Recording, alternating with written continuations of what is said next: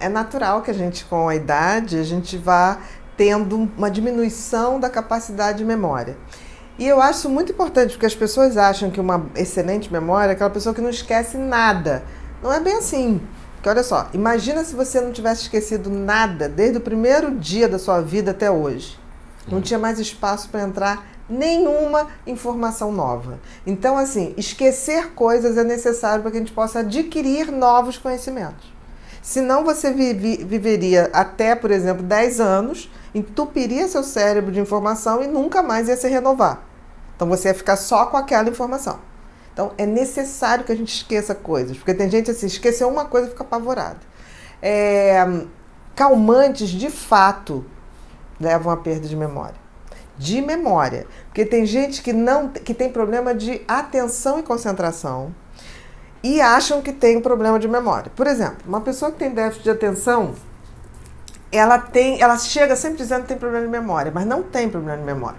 Para eu memorizar uma coisa, eu tenho que me atentar a uma coisa. Eu quero memorizar este livro. Eu primeiro tenho que prestar atenção nele. Eu tenho que concentrar nele para ver os detalhes e eu tenho que jogar para a memória.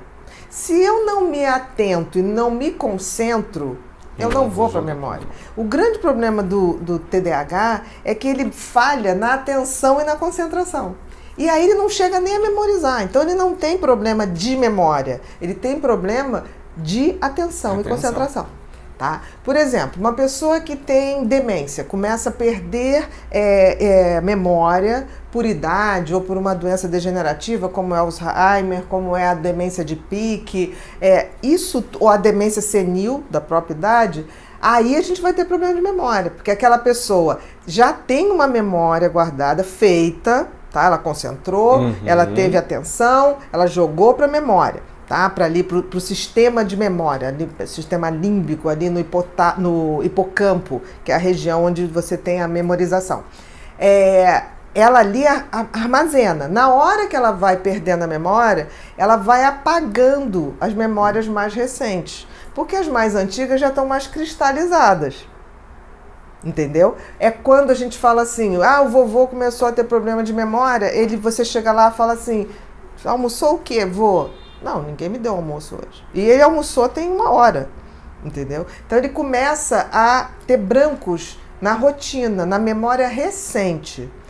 O calmante que a pessoa geralmente toma, calmantes são os benzodiazepínicos, são os tarja preta. São os remédios que têm a tarja preta. O que acontece? Que costuma ser tomado porque está com falta de sono, quer dormir, insônia ou com ansiedade, então é muito comum as pessoas passarem. O que esses remédios fazem? Eles vão na região que controla a questão do liga e desliga, né, do cérebro, até da questão do sono, e vai amortecendo, diminuindo os estímulos para que você possa relaxar ou entrar num sono. Isso são os calmantes. Isso acaba interferindo diretamente na área de memorização e de memorização recente. Então, as pessoas que abusam de calmantes e álcool, que o álcool também tem esse efeito, eles vão tendo brancos na memória recente.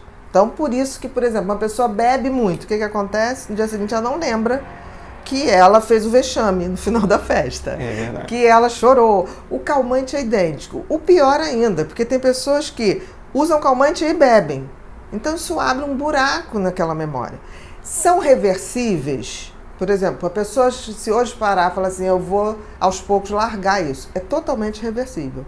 Mas se essa pessoa tem 20 anos de uso de calmante e vai aumentando esse uso e vai aumentando, é óbvio que vai predispor aquela região que já ia perdendo neurônios com o tempo, vai perder mais rápido.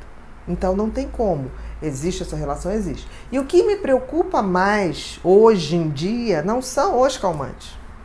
O que me preocupa mais são os hipnóticos. O remédio mais vendido hoje no Brasil é um hipnótico. E que não tem tarja preta. Não tem tarja preta. E que eu vejo pacientes chegarem no meu consultório, aí passaram por um cardiologista, um clínico geral, aí reclamaram que estavam sem dormir. foi prescrito aquele remédio, que deveria ter tarja preta, porque as pessoas ficam absolutamente dependentes. Hipnótico é pior ainda, porque o hipnótico é como se fosse um Boa Noite Cinderela, é literalmente um Boa Noite Cinderela. A pessoa apaga e a pessoa não consegue lembrar de nada. Ainda Mas ele é um remédio controlado também. Ele é um remédio controlado, mas está com a receita errada. E hoje é o remédio que mais vende no Brasil e no mundo também. Então, assim, é um uso abusivo que as pessoas estão fazendo, as pessoas estão tendo lacunas, porque o hipnótico é aquilo que você toma para você ter o pré-anestésico na anestesia. Quando você vai para a cirurgia, o que o médico faz? O anestesista vai no quarto, fala, se apresenta, aí põe um negocinho debaixo da sua língua.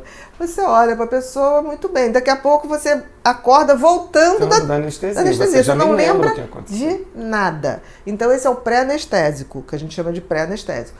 Os hipnóticos são pré-anestésicos. E hoje as pessoas estão tomando por acharem que não dá dependência. E existem hoje pessoas que estão absolutamente dependentes desse remédio.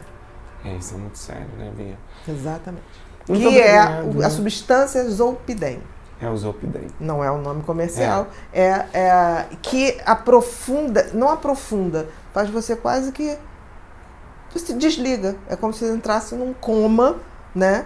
Você acorda no dia seguinte. Muito importante para você fechar, Bia, é aquela questão que não é uma coisa de um uso... É o uso constante diário. Porque, por exemplo, você vai fazer uma endoscopia digestiva.